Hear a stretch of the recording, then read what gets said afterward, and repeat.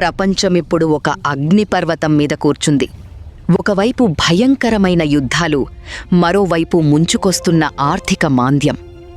అగ్రరాజ్యాలు అని పిలవబడే దేశాలు సైతం తమ ఉనికిని కాపాడుకోవడానికి పోరాడుతున్నాయి. కాని ఈ గందరగోళం మధ్య ఒక దేశం మాత్రం సైలెంట్గా తన సామ్రాజ్యాన్ని విస్తరిస్తోంది. ఒకప్పుడు ప్రపంచాన్ని శాసించిన ఆ దేశం దశాబ్దాల చీకటి తర్వాత మళ్లీ నిద్రలేచింది. అదే మన భారతదేశం. ఇది కేవలం ఒక దేశం ఎదుగుతున్న కథ కాదు, ప్రపంచ చరిత్రలో రాబోయే అతిపెద్ద పవర్ షిఫ్ట్. అసలు ఇండియా మళ్లీ విశ్వగురువు ఎలా కాబోతోంది? రాబోయే కొన్నేళ్లలో చైనా, అమెరికాలకు చెక్ పెడుతూ మన దేశం ఆడబోయే మైండ్ గేమేంటి? ఈ వీడియో చివరికల్లా మీకొక భయంకరమైన నిజం తెలుస్తుంది. క్రీస్తు శకం 1వ శతాబ్దం. ప్రపంచ ఆర్థిక వ్యవస్థలో భారతదేశం వాటా దాదాపు 30%.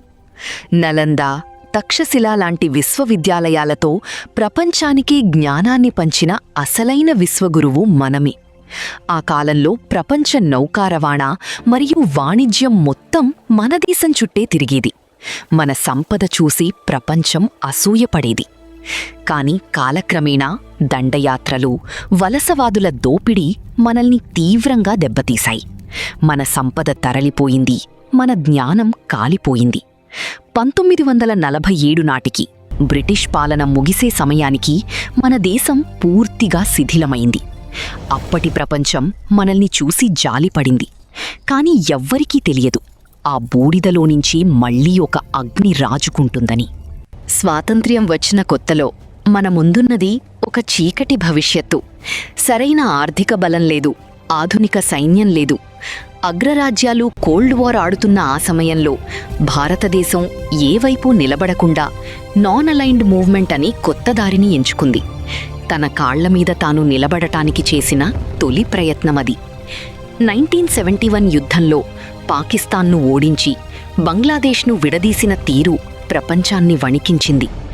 ఆ రోజు అమెరికా తన 7వ నౌకాదళాన్ని బంగాళాఖాతంలోకి పంపినా మనం భయపడలేదు.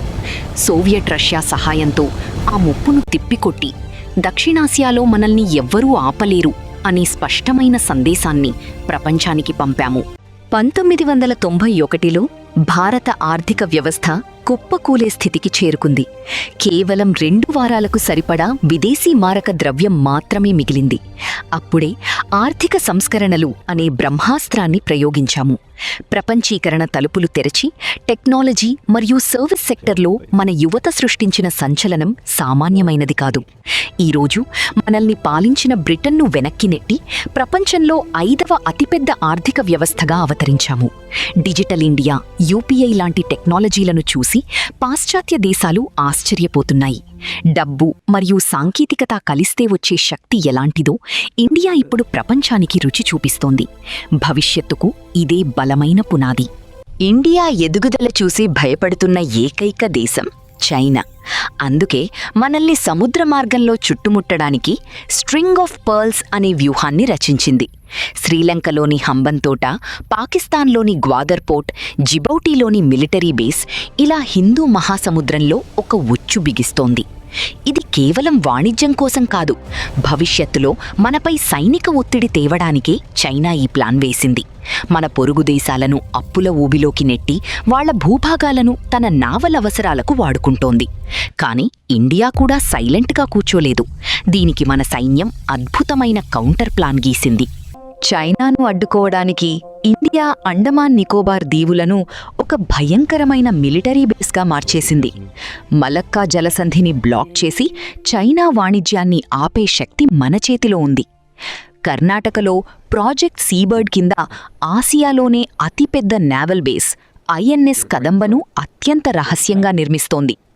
అంతేకాదు, సింగపూర్లోని చాంగి నేవల్ బేస్, ఓమన్లోని డక్న్ పోర్ట్ మరియు ఇరాన్లోని చాబహార్లో ఇండియన్ నేవీకి యాక్సెస్ దొరికింది.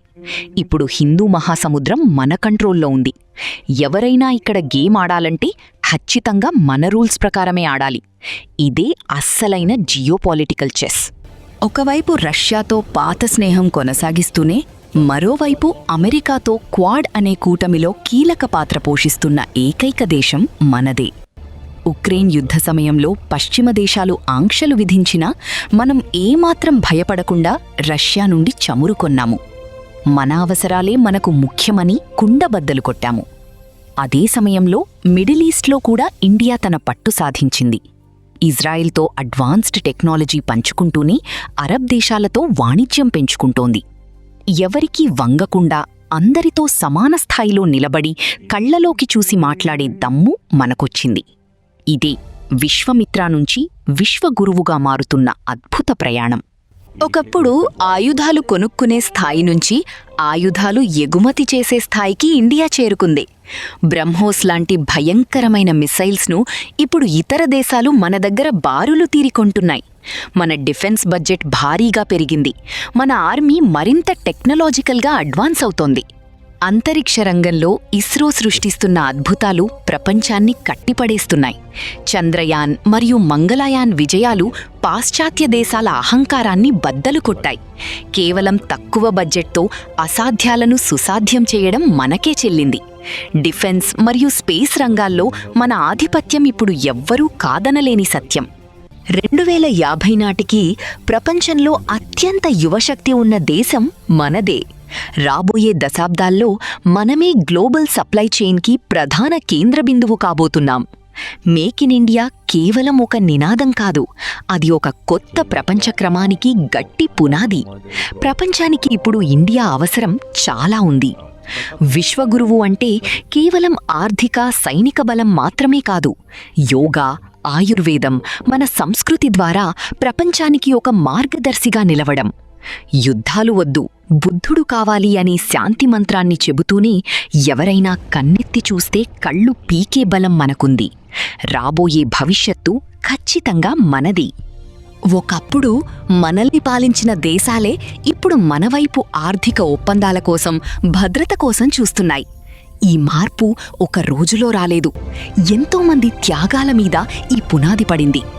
ఇండియా మళ్లీ విశ్వగురువు అవడం అనేది ఒక కల కాదు, అది మన కళ్ల ముందే జరుగుతున్న ఖచ్చితమైన నిజం. చరిత్ర మళ్లీ తిరగరాయబడుతోంది. సమయం మన కోసం ఎదురుచూస్తోంది. ఈ చారిత్రక ప్రయాణంలో మీరు కూడా ఒక భాగం కావాలనుకుంటే ఈ వీడియోను ప్రతి భారతీయుడికి చేరేలా షేర్ చేయండి. మన దేశ సత్తా ఏంటో ప్రపంచానికి తెలియాలి. మరింత కంటెంట్ కోసం ఛానల్ను సబ్స్క్రైబ్ చేయడం మర్చిపోకండి. జై హింద్.